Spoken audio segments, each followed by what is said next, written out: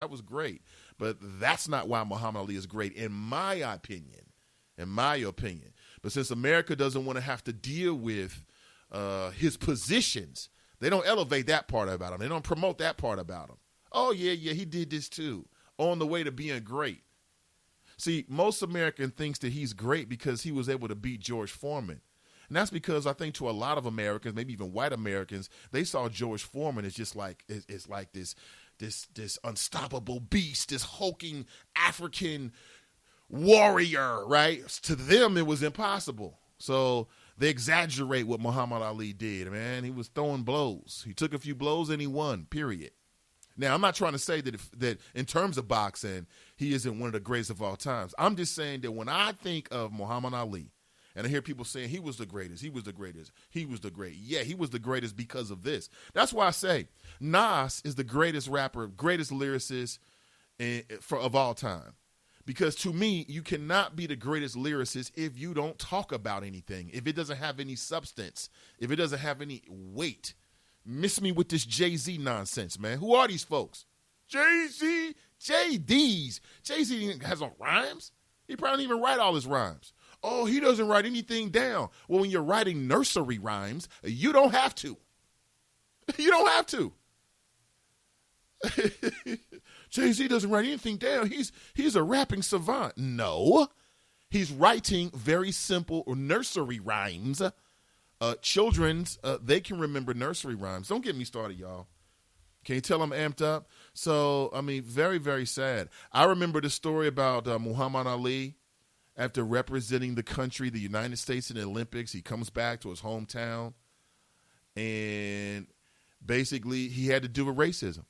As the legend goes, that very night, he took his ring, he took off his gold medal, boom, plunked it into the river. That's how the legend goes. Now, if that's true, I don't know. But could you imagine being a black man during that era? You represent your country. Hell, you're boxing. You put your life on the line for your country. Oh, my God, you're an American. You're a shining example of American physical prowess, right? And you come home and can't and get treated like the N-word? I'd have a problem, too. I'm just saying, I would have a problem, too. That's why Muhammad Ali was the greatest. Why don't we stop acting like we give a damn about some of these great folks? Like Dr. King, this country showed me that those who are in control really don't really give a damn about anything the Reverend Dr. Martin Luther King ever said or did, because they're in a position to basically promote through policies some of the same philosophies that he believed in, and they don't do it. And at the top of that list is war. Dropping bombs in foreign lands for reasons nobody really understands. Ali said, no, I'm not with that. So I would like to see some of these brave politicians who claim to love Ali. We love you, Ali. We love you. Well, then embrace some of what he believed in. How about that? Oh, my God. But, everybody wants to have a T-shirt with the champ on it. I have one, too. Actually, in my home office, behind me right now, as I'm kicking it with you, I have an image of Muhammad Ali underwater. He's underwater. It's called Ali Underwater. He's got his hands up, as I believe one of his multiple training techniques. And I get a sense of strength out of it because the man was the greatest of all time. You talking about Tiananmen Square? You had that lone person who stood out there in front of the tanks. That was Muhammad Ali when he said no to the Vietnam War, when he said, no, I'm not going to be drafted. That's essentially who he was. Only the tanks were much, much bigger, because he was going against the mighty war machine, the United States. It was race. Everything was on the line. Everything was on the line. See, that's when we really understand who people really are. How many people would have stood up and said no and vacated their championships at the height of their game, right? Run around trying to pull together money to feed yourself and your family. How many folks would have really done that? That's why he's the greatest. But back to my most favorite part of the show, and that is the introduction, saying good morning to everybody in the chat room. I see you, Mr. Hollywood. Good morning, sir. Good to have you. What's up, Mike Jones? Good to see you. What's up, Wanda? Good morning to you. Good morning. Hey, Pam, how are you? She writes, good morning, peeps. Good to see you. Kelly writes, good morning, Nathan. Good morning, Kelly. Good to see you. Hey, Tiffany, good to see you. Keena writes, I'm present, Mr. Ivy. Miss D writes, greetings. Tracy writes, a question. Thanks, Nate. Feeling real fabulous this morning. First day on my new job. Yay, me. Yay, Tracy. Yay, Tracy. That's great news. If you're happy, I'm happy. That's great news. Congratulations. Nothing like that first day with the new job. Nothing like it. Edward writes, Cleveland don't deserve no damn championship. R.I.P. Tamir Rice. See, Ed, don't drag me into that, man. I'd really not rather talk about the game this morning. I'd really rather not. Because I'm going to start breaking it down. I'm very disappointed. I'm disappointed in every. See, here I go again. You're trying to draw me into it, Ed. And I don't want that right now. My name is Nathan Ivey. Currently it's 7:21 a.m. in the Queen City. We're broadcasting live from the city of Cincinnati. The flow and the show will continue right after a few messages. Okay, so 5 tacos of cheese and a large soda. That's $10,012. Please drive around. Wait, 10,000 what? It's obvious you're buzzed and driving. I've only had a few. I'm fine. Yeah, the food's $12, but getting pulled over for buzz driving could cost you around $10,000 in fines, legal fees, and increased insurance rates. Please drive around. Actually, just park and come in. Nothing kills a buzz like getting pulled over for buzz driving, because buzz driving is drunk driving. Brought to you by the National Highway Traffic Safety Administration and the Ad Council. I wish I was in school. I wish I was in school. I wish I was in school. Summer isn't fun when you're hungry. If only I had a big test today. Or a book report to give. Give me a math quiz. Give me some homework. If your child relies on free school lunches, we can help provide them with free meals this summer. I'll stay after class. I'll clean the chalkboard. I'll keep my desk real clean. So they can stop worrying about food and start focusing on fun. I'll do extra homework. I'll clean the class pet's cage. I'll skip recess. School might end, but free lunches don't have to. I wish I was in school. I wish I was in school. If your child relies on free school lunches, we can help provide them with free meals this summer. Visit feedingamerica.org/summer meals to find your local food bank for help. Once again, that's feedingamerica.org/summer meals. Together, we're feeding America. A message from Feeding America and the Ad Council. Now back to the show.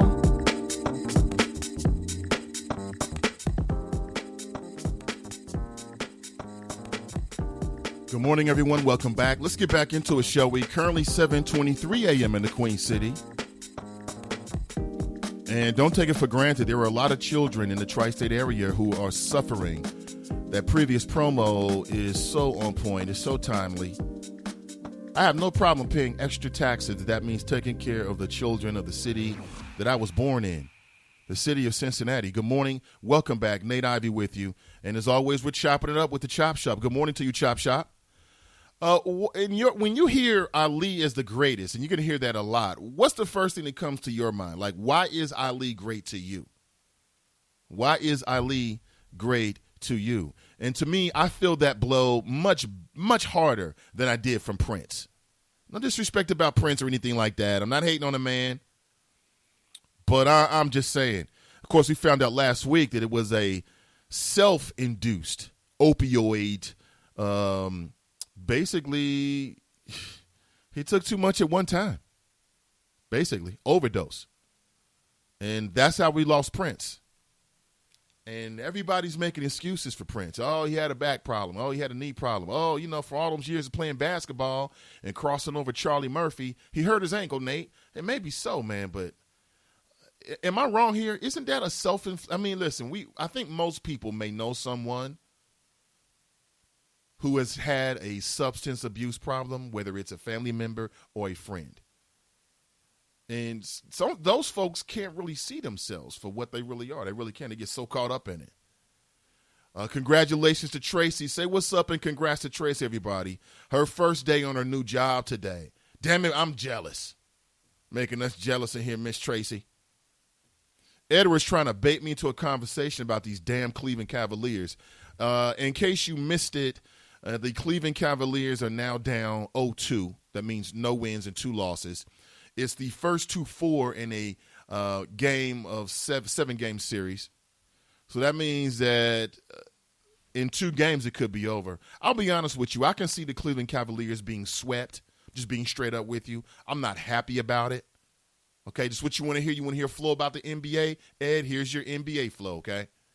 I'm not happy about it as a sports fan, as somebody who wants to enjoy fun sports. I'm living in Cincinnati, and the Reds are on their way to the basement, so that's not fun. I guess I'll go check out FC Cincinnati or whatever. I don't know. I'm not sure exactly. It's going to be a long sports desert until the type of sports that I like to view actually become popular and on television on a regular basis. That will be the National Football League startup, right? What is that, September, August? August? What am I going to do? But as someone who supports the Cleveland Cavaliers superstar, and all these folks hating on LeBron James, oh, you're going to be 2-6 and 2-7. It doesn't matter. He got there, and that's a tremendous feat. But quite simply, here's what I see.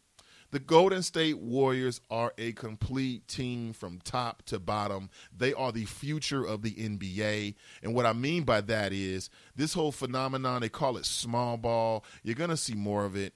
The essence is that you have players who can do it all. If you look at the starting five for the Golden State Warriors, they can do it all. What do I mean? They can shoot. They can dribble, they can pass, and they all play great defense. They play great team defense. If you look at Klay Thompson, there was a couple of highlights yesterday. You see this man moving his feet, trying to stay in front of his man, hands up. Okay? They have been taught well, and whatever they've been taught, they are actually doing it. That's what's happening with the Golden State Warriors. Their offense is not about threes. It's about movement. It's about movement. It's about ball movement and player movement. They do it very well. Everything they're doing is simple. They didn't split the atom. It's simple. But when you got a whole team that's bought into your same concepts on defense primarily and on offense, that's what you see, the Golden State Warriors. And they're all athletes. I mean, think about this. Steph Curry, athlete.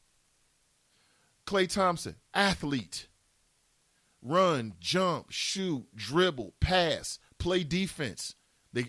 Harrison Barnes, athlete. Run, jump, shoot, dribble, pass, play defense.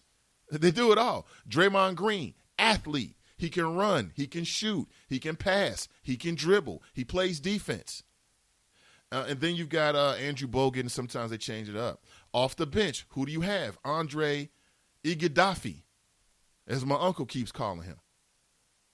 No, here's the new one. Yesterday he was calling him Iguodala.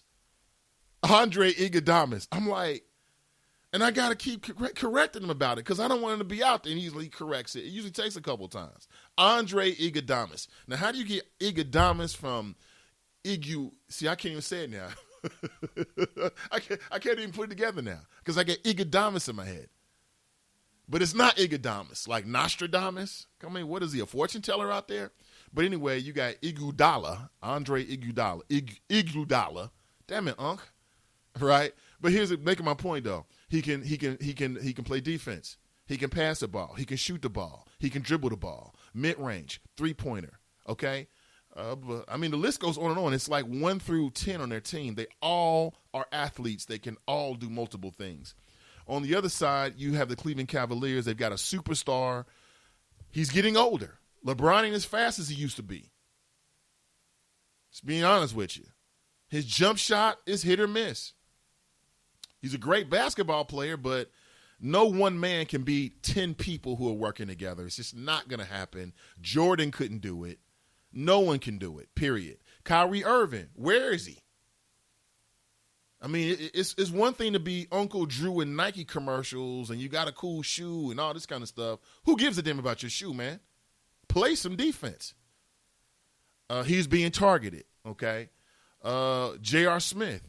I mean, you know, my wife, I don't know what she sees in this Buster, but it's really kind of making me mad because it's like she got this little sports crush with J.R. Smith. And my thing is, if you're going to have a sports crush, choose a G. This guy is soft in the middle. What I mean is regular season, he's popping threes. Oh, my God. When you're playing against these cream puffs in the Eastern Conference, you're raining threes. Oh, my God. You get to the big dance. Can't even see this guy. I don't respect it. I don't respect it one bit. So they got major